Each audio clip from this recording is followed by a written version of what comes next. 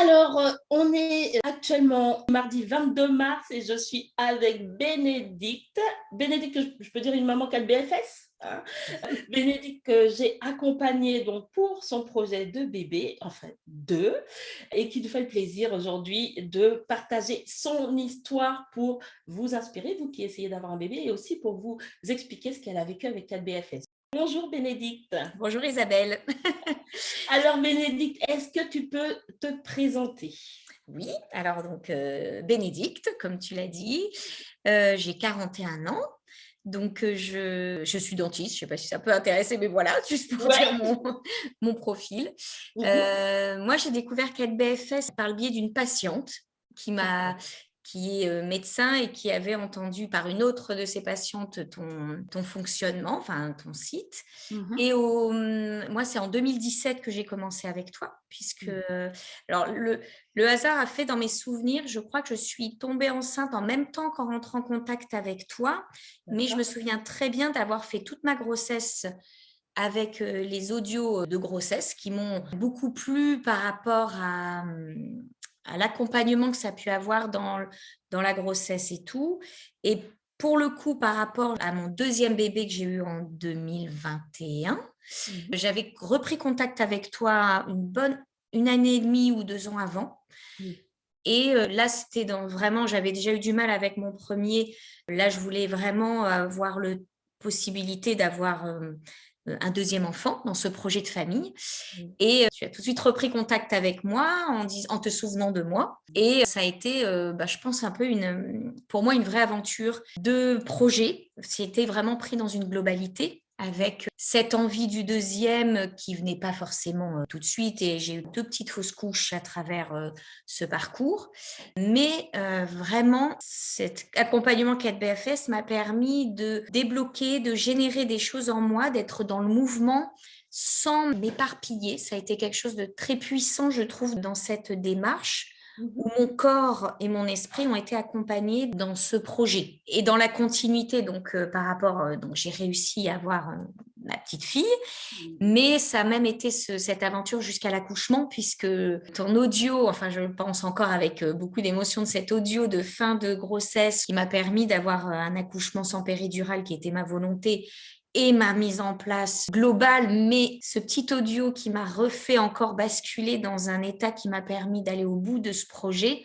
Je Mmh. pense que ça a été vraiment, si je vois dans l'ensemble des dernières années, que ça a été vraiment un accompagnement global et moi je trouve puissant dans ce que ça dégage en nous, ce que ça débloque. Les audios, bon, c'est vrai que je me suis rendu compte que j'étais plutôt réceptive aux audios Oui, très. et que c'est quelque chose qui vraiment activait, modifiait et donc Dans voilà. ton quotidien, comment ça s'est inscrit ces changements que tu décris, quelque chose de puissant, quelque chose qui t'a permis de t'apaiser?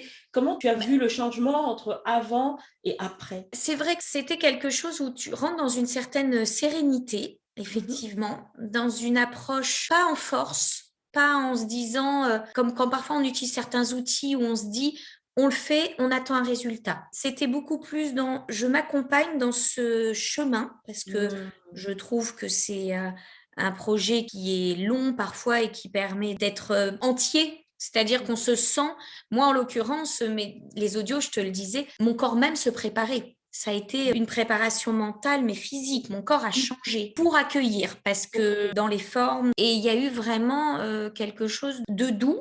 Moi, je le qualifierais comme quelque chose qui n'a pas été du tout en violence. Alors entre guillemets et je ne dis pas parce que la PMA peut être très utile pour des Oui, femmes elle qui est en ont tout besoin, à fait. mais la PMA, moi, je trouve, je l'associais, quand j'ai commencé de la PMA, quelque chose d'assez dur parce Mmh. qu'on nous met déjà notre corps est quand même mis à mal et en plus on se dit qu'il y a des objectifs, un peu des échéances et puis quand il y a un échec, cet échec il est dur à digérer. Ouais. Alors que tu nous accompagnes, donc l'échec est là peut-être, mais il est Les gros. accompagné avec bienveillance. Et ça, je pense que dans un projet de bébé et dans une grossesse épanouie et dans un accouchement épanoui, parce que je trouve qu'il n'y a pas que avoir un bébé, c'est de l'accompagner jusqu'à et encore après quand on est maman, mais Oui. vraiment dans cette, il y a toujours cette douceur, je trouve qu'on devient plus doux avec soi-même et on accompagne, voilà, chaque étape difficile, parce qu'il y en a forcément des difficiles, dans les échecs, dans les déceptions à chaque mois, ces règles qui arrivent. Et ben, je trouvais que je l'acceptais. Parfois, on est un peu démoralisé, mais on réécoute et finalement, notre cerveau va mieux les accepter. C'est Hmm. difficile à nommer dans le sens que comme c'est des choses qu'on fait en détente, ben, ça nous induit des modifications douces, mais toujours dans le positif. Voilà. Toi, tu m'as justement dit que même en tant que maman, donc maintenant tu as ta petite et tu as continué donc un parcours avec moi. On vient juste de discuter là, de dire que tu vas basculer sur le nouveau programme de maman parce que ça va être un programme de groupe où il y aura une Mm. super dynamique, etc. Qu'est-ce qui fait qu'aujourd'hui, en fait, tu continues à travailler sur toi alors que pour tes mamans, tu as deux petits, du coup, ils ont quel âge d'ailleurs, tes enfants du coup? Donc 4 ans et demi pour mon aîné, petit garçon, et puis 1 an, il y a depuis une semaine pour ma fille. Voilà. Voilà. Donc, tu as quand même, là par exemple, tu prends le temps. C'est ce que j'explique hein, quand même, que quand on travaille sur soi, donc parce que ta fille est née, tu n'as pas arrêté l'accompagnement. On a eu de la souplesse, Oui, on a décalé, c'est ça. il y a eu des moments moins intenses et des moments un peu plus intenses. Vraiment, moi, c'est quelque chose que je tiens à mettre en place pour les mamans, c'est-à-dire que on peut continuer à travailler sur soi sans se mettre la rate au courbouillon, sans être Oui, dans quelque chose de trop cadré, mais de savoir que c'est important de se cadrer. Et du coup, bah, rien que le fait que tu puisses aujourd'hui libérer du temps, parce que tu as eu ton coaching téléphonique la semaine, il y a 15 jours maintenant, il y a 15 jours. que tu puisses encore libérer dans le même mois 45 minutes ou 40 Mm. minutes pour faire cette interview, c'est quand même aussi symptomatique, alors que tu as repris le travail et que tu as une vie bien chargée, ça montre quand même que ça va dans la bonne direction, parce que c'est pas toutes Complètement. les mamans avec un seul petit d'1 an qui peuvent le faire. Elles me disent, j'aimerais bien, mais je trouve pas le temps. Donc, c'est aussi le témoignage que quand on travaille sur soi, on arrive quand même à poser des choses, à pas Oui, être sous l'eau. Et pourtant, ça n'a pas été très, très simple avec ta petite. Hein. Elle a oui. eu des petits soucis. Est-ce que tu peux nous partager, Oui, que les oui. femmes se rendent compte un petit peu de toute la dimension que ça représente de travailler sur soi et comment, même si c'est difficile, comment on arrive à traverser les Oui. challenges? Bah, c'est vrai que la fin de la grossesse, donc tu m'as accompagnée, ça a été quelque chose qui m'a beaucoup portée. Puis il y a eu cet accouchement et ma fille qui est arrivée avec un reflux. Donc une période, les 3, 4 premiers mois, très compliquée dans la fatigue, alors, déjà à connaître son enfant.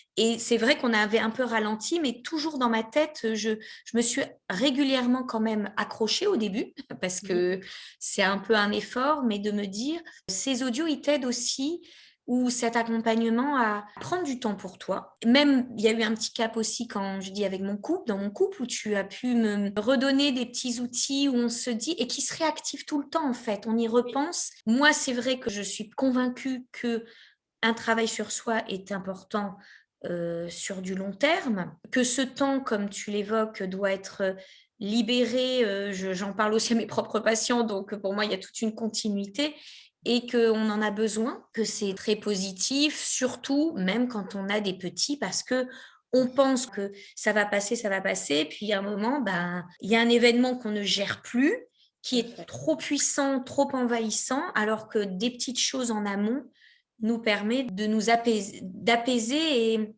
et de mieux gérer ces moments de difficulté. C'est ça, c'est ça. C'est qu'on n'empêche pas le challenge d'arriver, C'est mais on ça. est outillé. Moi, la question qu'on me pose, moi, c'est toujours par rapport à quand j'étais malade. Mais comment tu as fait pour Mm. travailler pendant les soins, chimio, tout ça, tout ça? Et je dis, mais c'est parce que j'étais outillée avant. Mm, mm. Et, Ça me et, parle complètement. Je pense voilà, que d'être outillé avant fait que quand le challenge arrive, quel qu'il soit, eh bien, on va pouvoir, on passe par cette période de chaos, mais on arrive à mettre en place des stratégies. tout Et à moi, fait. ce que je veux justement, donc toi, Bénédicte, on était en coaching mensuel, quelque chose, et justement, à un moment donné, je me suis dit, bon, mensuel, c'est important de travailler sur soi, mais mensuel toute l'année, ça devient lourd.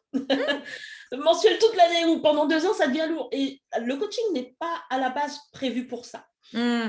Prévu pour donner des outils qui vont nous permettre derrière de reprendre cette liberté en sachant quoi faire. Et voilà pourquoi, en fait, on bascule sur le programme de 3 mois où on se donne un certain temps, suffisamment de temps pour ancrer des bonnes habitudes, pour tout aborder, ce qui va aborder la capacité de tout régler, que ce soit les finances, tout. Et derrière, on arrête. Et là, on pourra avoir de temps en temps des petites piqûres de rappel, des petits rendez-vous. Mais là, du coup, vous reprenez la liberté d'avoir tout le temps Oui, pour justement la famille. Parce que même pour la famille, si maman, elle a toujours. Je préfère qu'à un moment donné, vous preniez ce rendez-vous pour faire du sport, pour aller faire du shopping, pour aller vous faire masser, pour vous occuper de vous. Donc voilà. Donc ça, je suis contente parce que c'est vraiment quelque chose que je voulais vous armer. Et c'était très bien que tu continues à travailler sur toi, mais mine de rien, quand même, bah, ça fait depuis que tu es rentrée pour tes essais de bébé c'est ça. jusqu'à là maintenant. Et même si on regarde l'investissement mensuel, au bout d'un moment, ça fait un gros investissement. Oui, Donc, mais c'est vrai que c'est tout un parcours, tout un chemin qui a été. Et puis finalement, il est fait, c'est vrai, en douceur, moi je trouve, pour pouvoir arriver à débloquer. C'est important d'y revenir, de se dire, voilà, ça rebouge. Et c'est vrai que une grossesse, ça fait bouger les choses, l'arrivée d'un premier, puis l'arrivée d'un deuxième. Ça, c'est quelque chose qui avance. Et en même temps, des fois, il faut aussi se mettre des petites contraintes, enfin des contraintes. Se dire, voilà, j'ai envie de faire bouger certaines choses. Et c'est bien de redonner un coup de boost. oui, tout à fait, tout à fait. Mais c'est pour ça que je pense, comme je disais, et moi c'est vrai que je vous fais beaucoup suivre un peu mes parcours, pas que ce soit le bon, mais je fais pas partie moi des coachs qui disent moi je fais tout parfaitement. Vraiment, je vous partage mes challenges là, par exemple, pendant les 3 mois, je vais repartir sur mon challenge remise en forme. Donc je me dis, elles vont me voir se transformer en direct pendant le challenge, lors des lives ou lors des vidéos, etc. Mais en fait, voilà, je fais partager ça. Et c'est vrai que je travaille moi toujours sur moi, mais pas tout le temps à la même intensité, pas tout le temps comme on l'avait dit pour toi aussi. Non, mais Voilà. c'est un très très bon exemple. Et aujourd'hui, alors, où est-ce que tu en es, toi, dans ton quotidien, dans ta vie de maman, avec ces deux petits? Comment tu te sens? Bah, c'est challengeant, hein, cette fameuse charge mentale qui s'installe avec quand on en a deux petits, avec le travail.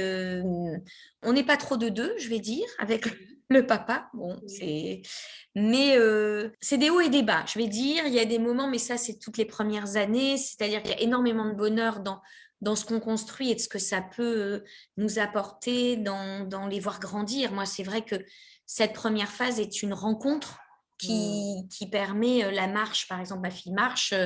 Moi, j'adore cette étape. On découvre une petite personne avec ses caractéristiques. Ça nous confronte aussi à nous-mêmes en tant que personne, en tant que mère d'enfant et en tant que personne avec nos failles, nos forces et en même temps, c'est super enrichissant. C'est ce qui est puissant dans la famille et dans le fait d'avoir des enfants. Et en même temps, des fois, on se dit, mais ça m'est déjà arrivé de penser, mais j'étais mieux avant. C'est, Oui, les femmes qui sont dans les essais de bébé, comme on idéalise, par exemple, toi, voilà, avant de devenir maman, si tu entendais une maman dire ça, tu allais te dire, mais elle sait pas la chance mais c'est qu'elle ça, a, j'aimerais être à sa place, exactement. etc., etc.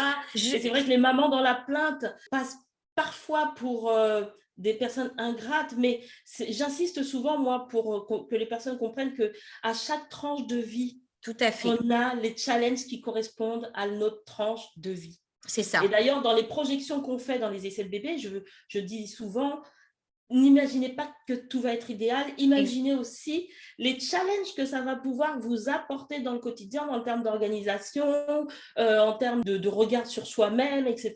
Parce que le cerveau, quand on se projette, quand on s'imagine avoir une grossesse, si on est dans l'idéal, le cerveau décroche en fait, parce Complètement. qu'il sait que c'est pas ça, là, devenir parent, devenir maman, surtout pour la première fois, c'est une grosse inconnue. Bah, Ok. c'est ce que moi je reviens sur l'audio que j'ai eu pour mon accouchement. Tu as ouvert par rapport à ça une possibilité, mais pas un idéal. C'est-à-dire qu'on part dans l'idée souvent quand on attend un bébé, on voit. Alors j'avais ce côté-là sans l'avoir trop développé, c'est-à-dire que je m'étais jamais dit ça sera parfait. Enfin c'est quelque chose que j'ai quand même accompagné. Mais tu laisses par cet accompagnement cette possibilité de se dire voilà on tend vers ça, c'est un beau projet, on peut y arriver, mais il ne faut pas se mettre toute une pression, il faut accueillir tous les challenges qui vont être accompagnés, qui vont se découler. Et en fait, c'est ça, c'est un déroulé qui s'est mis en place petit à petit et qui, à chaque étape, nous confronte, nous apporte, nous nourrit. Et comme tu dis, quand une maman se plaint et qu'une femme essaye d'avoir un bébé, c'est violent parce que on peut pas entendre la plainte, mais en même temps, c'est comme quand quelqu'un est célibataire et que l'autre est en couple. On a envie de dire, bah oui, tu dis c'est bien d'être en couple, bah oui, mais il y a aussi des points négatifs. En fait, à chaque étape, comme tu dis, et c'est pour ça qu'il faut travailler sur soi sur du long terme parce que chaque étape est pour chaque personne différente et cruciale en fait à travailler. Ok, bah écoute, moi je trouve que c'est un beau parcours, toi, vraiment, c'est des relaxations. Hein. Et je sais à quel point surtout les relaxations personnalisées sont importantes pour toi. Oui. C'est quelque chose qui m'est de plus en plus demandé d'ailleurs, hein, le fait d'avoir une relaxation. D'ailleurs, quelle est la différence pour toi entre une relaxation générale sur un thème, par exemple, sur l'accouchement, et une relaxation personnalisée? Alors, moi, j'ai eu beaucoup de relaxations finalement personnalisées quand tu m'as accompagnée. Ça a été toujours quelque chose d'assez... je me suis toujours sentie concernée, c'est-à-dire impliquée dans ce que ça m'apportait, ce que ça induisait. Après, moi, je suis assez sensible à la méditation, à l'hypnose, cet état où finalement on crée un espace dans notre corps et dans notre esprit qui est libre et qui nous laisse... Il y a un gros lâcher-prise en fait dans ça. Quand tu parles des relaxations généralisées, c'est-à-dire dans le... À thème, par exemple, tu avais des relaxations pour la grossesse, qui étaient chaque mois. Celles-là, elles sont préenregistrées. D'accord. Ah oui, d'accord. Oui, voilà. oui, oui. Et puis, il y avait des relaxations que je te préparais, par exemple, par rapport à ta sensibilité ou au point difficile chez toi pour justement amener plus de progrès, plus de cette fluidité dont tu parles, se dérouler. Oui. Donc, pour toi, les relaxations personnalisées, est-ce que tu ressentais, comment tu les vivais? Est-ce qu'il y avait une différence? Ben, c'est vrai que je crois ce que je faisais quand j'essayais les essais de bébé, je faisais la personnaliser le soir avant d'aller me coucher et je faisais ton parcours le matin. Avant de me réveiller, je prenais le parcours parce que je trouvais que à chaque fois il y avait un sens dans la démarche quand je suivais les étapes. Je me souviens de ton suivi. Ça touchait du doigt des fonctionnements, des mécanismes. Je pense qu'on se confronte toutes quand on essaye d'avoir un bébé. Et je trouvais que ça faisait des petits déblocages. Je me souviens aussi d'un témoignage que tu m'avais raconté d'une femme qui essayait avec son mari qui lui disait mais pourquoi tu fais tout ça? Et au final, elle avait été vraiment portée par tout ce que tu avais fait. Les témoignages, c'est vrai, parlent et renvoient des choses et nous permettent de se sentir accompagnés. Et je dirais que les audios généralisés font qu'on se sent dans une dynamique globale en fait et qu'on n'est pas seul. La personnalisée est assez profonde, nous permet de travailler. Comme on est toutes différentes, il y a plein de problématiques qu'on peut débloquer. Mais les audios généralisés nous font sentir un peu dans un projet commun et accompagné dans une globalité, moi je dirais. Tu dis quelque chose de très vrai, c'est un processus. Parce que c'est ça, en fait, que les femmes en essai de bébé, quand elles me demandent, elles me disent, mais ça va faire quoi comme différence? Je fais déjà des relaxations, je fais déjà des méditations. Oui, mais là, on rentre dans un processus, en fait, où il y a des choses qui vont lâcher, des choses qui vont s'ouvrir. Et c'est ce processus vraiment de transformation, en fait. Hein. On reste soi-même, mais il y a une transformation qui se fait, qui fait qu'on arrive, malgré toute la difficulté du parcours, à ce que le corps puisse se mettre en route pour la grossesse. Exactement. À ce qu'il gère, parce que tu n'as pas changé complètement de vie, t'as pas... Ah non, j'ai pas voulu. Bon, j'ai accompagné, hein, j'ai fait un peu d'acupuncture. Tu nous laisses aussi dans l'idée de faire nos outils à nous sans trop les multiplier. Ça m'a beaucoup parlé aussi. De se dire, on va pas multiplier non plus tous les outils. Il y a beaucoup d'outils actuellement. C'est quelque chose qui est presque à la mode, en fait, de dire, on va... Et il faut essayer de trouver, on peut tester, mais faut pas se dire je vais faire. En fait, c'est ça vraiment, c'est que on a l'impression qu'avec des outils, on va réussir derrière, et donc on attend la réussite, et c'est ça qui bloque. Alors qu'avec ce parcours-là, c'est un processus peut-être plus ou moins long en fonction des personnes. Moi, je sais que ça m'a débloqué parfois pour tomber enceinte plus facilement. Ça n'a pas marché à chaque fois quand je suis tombée enceinte, mais mon processus, ça me donnait des alertes de dire c'est possible. Puis j'ai été un peu plus loin. Et puis finalement, ma deuxième fausse couche, je suis tombée enceinte très vite derrière. Comme si mon corps s'était emballé dans quelque chose. Je l'ai vraiment senti et que voilà, enfin, on arrivait à accompagner et à accueillir ce projet. Et donc vraiment, le processus est vraiment important. Il y a des femmes qui diront, mais Bénédicte, elle avait déjà un enfant, alors elle n'était pas vraiment bloquée, elle n'était pas vraiment... J'ai mis beaucoup de temps à avoir aussi mon premier. J'ai eu beaucoup de mal à l'avoir et je suis passée par la PMA que j'ai accompagnée, pas complètement, je suis pas allée au bout d'une PMA, j'ai fait des stimulations, je suis pas allée jusqu'à l'insémination et c'est vrai que objectivement, je n'avais pas de problème physique qui joue peut-être, c'est vrai que je ne sais pas, ça, évidemment on peut se dire pas de problème physique, voilà, ça va marcher. Oui, c'est vrai. Maintenant, les problèmes parfois des blocages peuvent être plus puissants que des problèmes physiques, on va dire. C'est ça. Plus handicapants parce qu'on ne sait même plus par quel biais. Voilà, il n'y a pas de rien de physique, donc par où on va passer pour... C'est ça. Et le nombre de femmes en infertilité inexpliquée et de couples en infertilité inexpliquée explose en fait. Donc, exactement. Donc en fait, se dire ça doit marcher, c'est presque parfois pire parce qu'on se dit ça marche pas, mais ça devrait marcher. Alors pas pire dans le sens que la difficulté des problèmes physiques, c'est un challenge physique aussi très fort. Mais là, je trouve que cet accompagnement déculpabilise beaucoup. Parce qu'on culpabilise. Dans un couple aussi, il y a le conjoint qui va dire mais pourquoi? Moi, j'avais un conjoint très défaitiste, très noir dans la première grossesse, dans l'essai de la première grossesse. Et ça permet aussi d'accompagner le conjoint, ce type de processus, moi, je trouve. Parce qu'en plus, il te voit mieux. Exactement. Donc, lui, il a moins cette répercussion d'une femme qui, un coup est là, un coup tombe. Et même quand vous tombez, vous apprenez à vous redresser. Et puis, vous avez une personne qui est là, à qui vous pouvez dire Isabelle, là, ça va pas, Isabelle, voilà. Donc, on décharge aussi un petit peu le conjoint. Du coup, le conjoint, lui, est un petit peu mieux parce que c'est vrai que les hommes ont peur de ce mécanisme émotionnel fort dans lequel on est quand on est dans les essais de bébé et que parfois, ils ne savent plus où se mettre, ils ne savent plus. Et du coup, comment ils vont protéger? Ils vont essayer de nous dire n'y pense pas trop, te projette pas trop, arrête d'être dans ça, alors que ce n'est pas du tout. Voilà. C'est pas du tout ça, ne pas y penser, c'est pas la meilleure. En fait, on y pense, mais dans une bonne dynamique à travers ton parcours. C'est pas ne pas y penser, par exemple. C'est pas ça. Souvent, on nous le dit. Plus tu penseras plus, ça va marcher. Mais on le sait bien. Mais comment pour pas y penser? C'est ça. J'ai des cycles tous les mois. Ou si j'ai pas de cycle, ce sera un problème de ne pas avoir des cycles. Donc, exactement. dans notre corps, on ne peut pas. Ça, c'est vraiment... Et justement, le fait d'y penser tout le temps, parce que pendant tout le temps, on écoute des relaxations.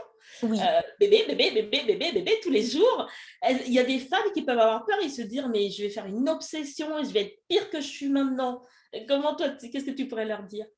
Moi, je dirais que on y pense, mais de la bonne façon. En fait, on est trop à vouloir souvent dans la société se dire, voilà, j'ai un objectif, il faut qu'il arrive. On peut se donner des objectifs sans vouloir qu'il arrive tout de suite ou en tout cas en mettant un processus, et c'est ça qui est vraiment fort, c'est avoir le temps, et ça nous le laisse en fait, ça nous donne de l'espace. Cet espace où on se consacre à ce projet, et moi je trouve que quand on se laisse de l'espace dans ça, on n'y pense pas dans les autres moments. On n'est pas en train de cogiter et de le ressasser. On se dit que de toute façon, j'aurai cet espace à un moment ou à un autre pour y penser, pour m'y consacrer. Progressivement, j'apprends à recommencer à vivre. Voilà. On vit à côté et en même temps, on se donne les moyens de créer cet espace. Pour avancer, en sachant qu'on avance de la bonne manière. Est-ce que les taux de réussite, toi, c'est quelque chose qui t'avait paru suspect, qui te paraissait normal? J'ai des retours en ce moment, 94%, ça saurait si c'était s'il y avait autant de réussite, etc. Oui, je suis assez d'accord que sur le coup, je me souviens de l'avoir lu, je m'étais dit, ah oui, quand même, pas mal, parce qu'on sait la difficulté, surtout à mon âge, où je commençais à avancer dans des âges où on nous parle de, après 35 ans, il y a tant % de réussite, après 38, il y a encore une chute, 40, ça descend encore, enfin, on nous met des barres d'âge avec des taux qui diminuent à vue d'œil. Et ce taux-là fait un peu, on se dit... contraste bizarre. Contraste. Et en même temps, moi, je me dis, je me souviens encore de ce témoignage où cette femme, vraiment, on pouvait se dire qu'elle allait pas... Il y avait peu de chance, enfin, elle avait essayé beaucoup, beaucoup de choses. Mais moi, j'ai envie de dire, ça contraste avec ce côté un peu défaitiste. On nous dit, attendez, vous avez tel âge... qu'est-ce que vous attendez? Oui, c'est vrai, il faut être conscient qu'à un âge où on peut ne pas l'avoir, mais en même temps, je trouve que ce chiffre nous donne aussi l'idée que, attendez, c'est possible. faut se laisser cette porte ouverte. Si on nous ferme toutes les portes en disant là c'est fermé, c'est fermé, c'est fermé, ben, comment on fait pour se donner l'ouverture? Vous commencez même une aide médicale la plus poussée, et puis on dit bah, avec votre âge, il ne faut pas s'attendre à des C'est miracles. ça. J'y vais en sachant, en me préparant à l'échec. Et l'exemple que je donne souvent, c'est sur les sportifs, parce que la fertilité, c'est les muscles, en fait, Oui, sont un fonctionnement très semblable dans le corps. oui. Et donc, je dis souvent, si vous voyez un athlète qui vous dit le matin de sa compétition ou de sa finale, franchement, on m'a dit que vu mon âge et vu mon palmarès cette année, j'ai peu de chance. On lui dit, n'y va même pas, ne te fatigue pas. C'est ça. Et donc, les femmes, en fait, on nous met dans ce cadre-là. On nous enferme. Toi, t'es PMA. Toi, t'es FIV. Toi, t'es insémination. Et de plus en plus, moi, quand je vais beaucoup sur les réseaux, je vois les femmes s'enfermer elles-mêmes parce qu'on a un besoin d'appartenance pour se sentir mieux, etc. Donc, on fait comme on peut. Hein. C'est pas mais bien sûr. une critique, mais elles font comme elles peuvent et elles se créent ces groupes, mais on s'enferme dans des choses. Et moi, c'est vrai que dès qu'une femme arrive chez 4BFS, je lui dis, à partir du moment où on ouvre les portes, où je dis que c'est possible, c'est que j'ai l'intime conviction que c'est possible. Et ça, c'est vrai que tu le transmets énormément. C'est possible. Et cette porte, alors, tu n'es pas magicienne, hein, non. Tu n'es pas médium. Tu ferais c'est possible parce qu'on est une femme. Et que jusqu'à la ménopause terminée, avérée, où il n'y aura plus d'ovulation, le corps peut y aller. C'est simplement ça. Donc moi, quand je dis c'est possible, je traduis le fait que même si en apparence, on n'a pas ce bébé, on ne sait pas que derrière le corps, en fait, il se bat quand même pour essayer de faire tourner cette fonction de don de vie qui a été tellement transformée par nos modes de vie. Hein. C'est comme les dents qu'on n'a plus, parce que maintenant, on n'a plus un certain type d'alimentation. Le corps s'adapte, le corps se modifie. Et donc, on a une fertilité qui débute à la puberté, mais qu'on utilise à 30 ans. Oui, tout à fait. Donc, maintenant, un petit peu plus, les femmes commencent un peu plus jeunes parce qu'elles ont conscience que l'âge peut devenir un frein, mais du coup, l'infertilité a basculé de 1 couple sur 6 à 35 ans à 1 couple sur 6 à 25 ans. C'est ce que tu disais. Donc, c'est effrayant, c'est-à-dire qu'on commence plutôt en se disant ça va aller, mais on est confronté plutôt encore à l'infertilité. Et donc, sur toute une vie fertile, on est confronté aux échecs. Et finalement, on a l'impression qu'on ne va plus pouvoir y arriver. C'est pour ça que quand je dis ça aux femmes, elles sont tout le temps là, j'espère. Mais vous croyez que les cycles que vous avez dans votre corps, ils sont là pourquoi? C'est le signe que le corps essaye chaque mois. Donc, on a vraiment toute une rééducation à faire. Et c'est ce que moi, je fais à travers ce parcours, c'est d'aider chacune à revenir à la base. On revient au corps, on sort un petit peu de ce tout médical, on sort de... quand on est infertile et c'est dur, et puis ça va être un parcours du combattant. Oui, c'est vrai. Oui, mais il y a cet aspect-là, on ne peut pas le nier. Mais on le fait pour réussir. On est dans ça pour réussir. On est là pour avoir un bébé. Donc, ne pas perdre ça de vue, parce que si on prend une voiture et qu'on n'a pas de destination, on n'arrive nulle part. C'est ça. Ton module tu as un module à un moment sur le côté comme être un sportif, ça m'a parlé. Je me souviens ça m'a réactivé, que je l'avais écouté dans le train, justement.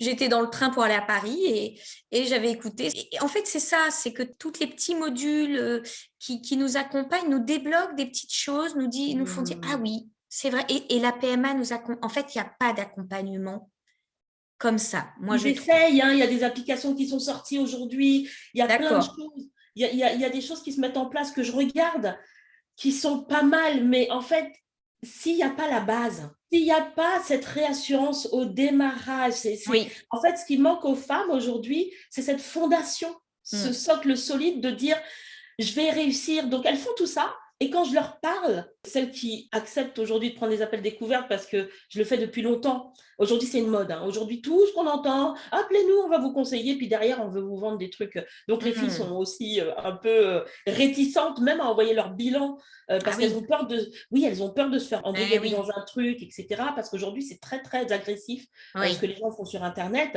Mais moi, c'est quelque chose que j'ai toujours fait depuis le début, de donner de l'espace, d'accueillir chaque femme, de discuter avec elle et de lui dire, voilà, là où tu en es, ou là où vous en êtes, ça peut vous apporter ça. Donc, il y a vraiment cette phase découverte. Et c'est aussi ce qui explique le taux de réussite. C'est-à-dire que quand j'ai une femme et que je sens qu'elle ne peut pas comprendre la méthode, ou ça ne correspond pas à ses valeurs ou à sa situation, je dis, bon courage. Il y a peut-être ça. Je donne des conseils quand même, mais je ne fais pas commencer.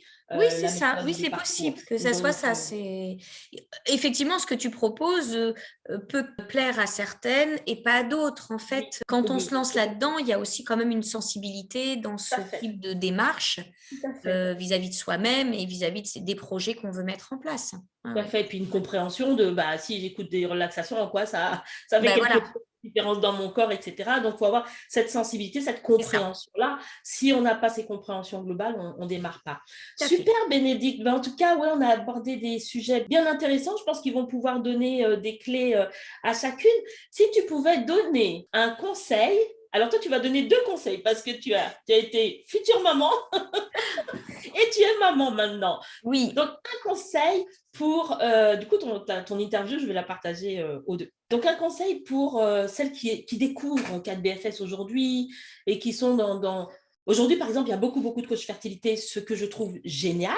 Après, je ne les connais pas, je sais. hmm, Je trouve qu'accompagner, les femmes ont besoin d'accompagnement, comme tu disais. Donc, à partir du moment où elles peuvent être accompagnées, c'est bien. Donc, moi, je trouve ça bien, en tout cas, que les choses évoluent par rapport à ça.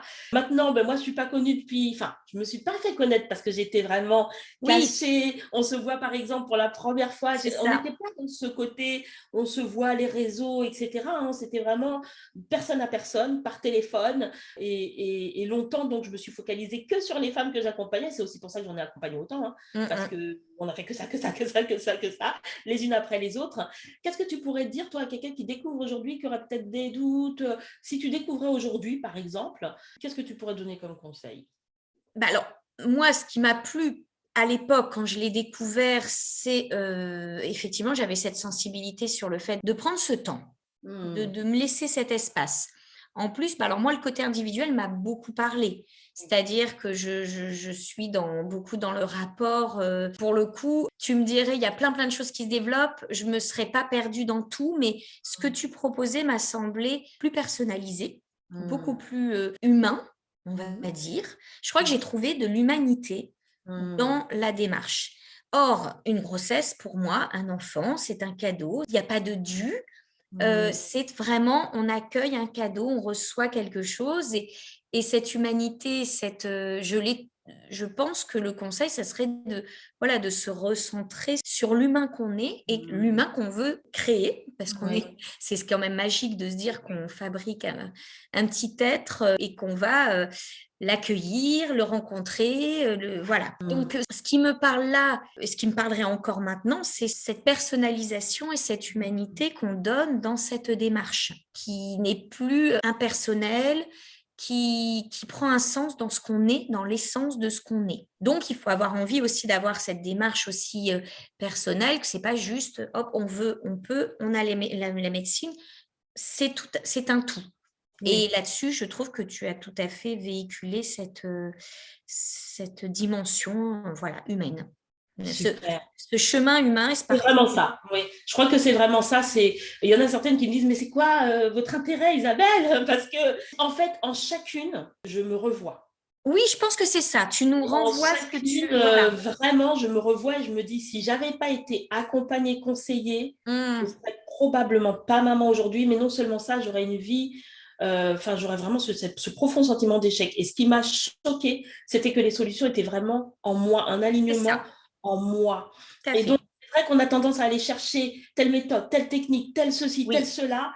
Alors aujourd'hui, on dit, il faut méditer, il faut se relaxer. Mais c'est comme toutes les modes, quoi. Mais oui, Oui, je médite et je me relaxe, mais si je médite, par exemple, à côté d'une fête foraine, je suis en train de méditer, mais le bazar à côté, il est présent et mon cerveau le perçoit. Et oui. c'est un petit peu ça, en fait. On crée des petites bulles autour d'un système trop agité ou trop perturbé pour Mmh. pouvoir en profiter. Donc, il suffit de mettre le cadre, encore une fois, on a besoin de cadre, du bon cadre Du et bon du bon cadre. processus. Et un Et ça, sens.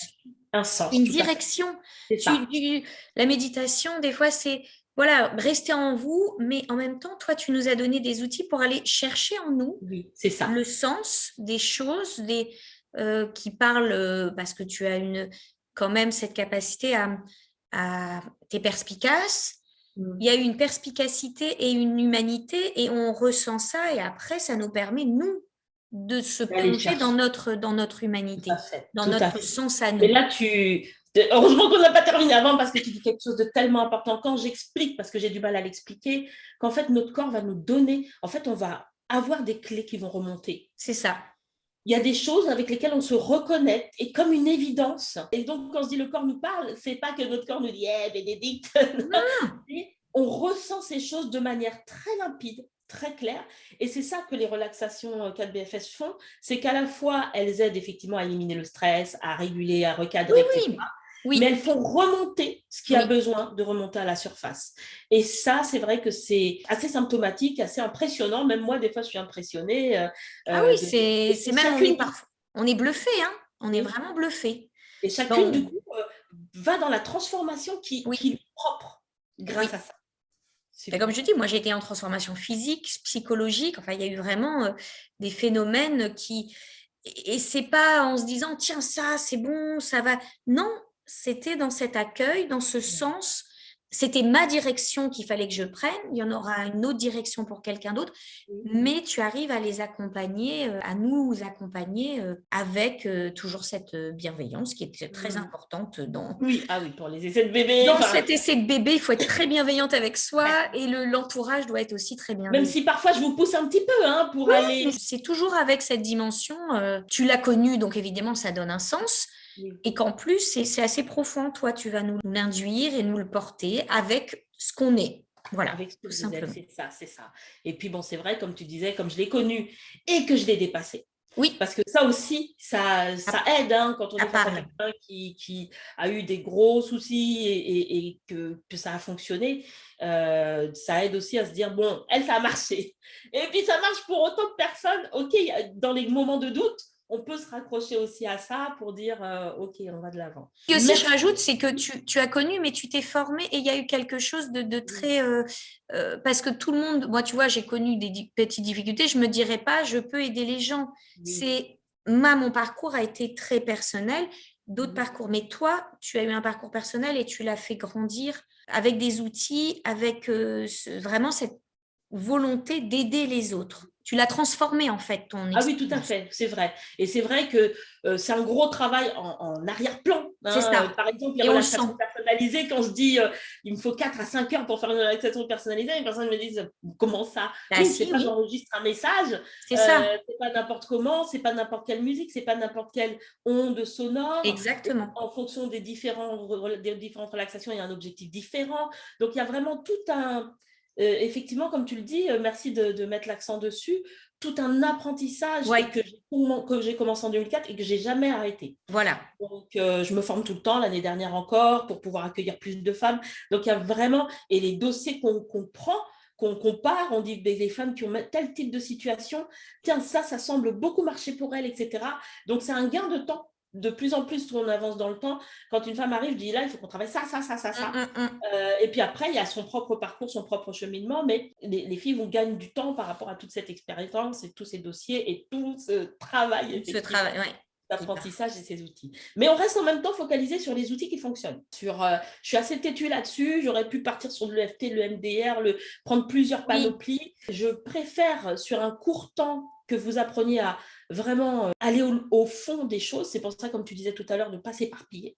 Parce que quand on utilise régulièrement, c'est encore une fois comme un muscle, le muscle qui devient apte à vraiment donner tout son potentiel. Et du coup, on a un résultat. On n'a pas besoin de tout faire, de tout tester, etc. Tout à fait. Bon, super, Bénédicte. Merci beaucoup pour ton temps. Je vais te libérer, te rendre à ta vie. Oui. Et, vraiment, ça a été, je pense, essentiel. C'est une interview bien riche. On a abordé beaucoup de détails qui, je pense, vont parler à beaucoup et de futures mamans et de mamans. Donc, merci pour l'exemple que tu donnes aussi, même si tu as encore ton cheminement. Oui. Je n'ai pas fini. On a chacune notre cheminement. La vie, c'est une progression constante. Bon, super. Merci d'avoir regardé cette interview. Bientôt une prochaine interview. Je ne sais pas avec qui. On organise tout ça. Et donc, si vous avez des questions, n'hésitez pas à écrire. Il y a tous les liens sous la vidéo. Merci beaucoup, Bénédicte. Merci, Isabelle.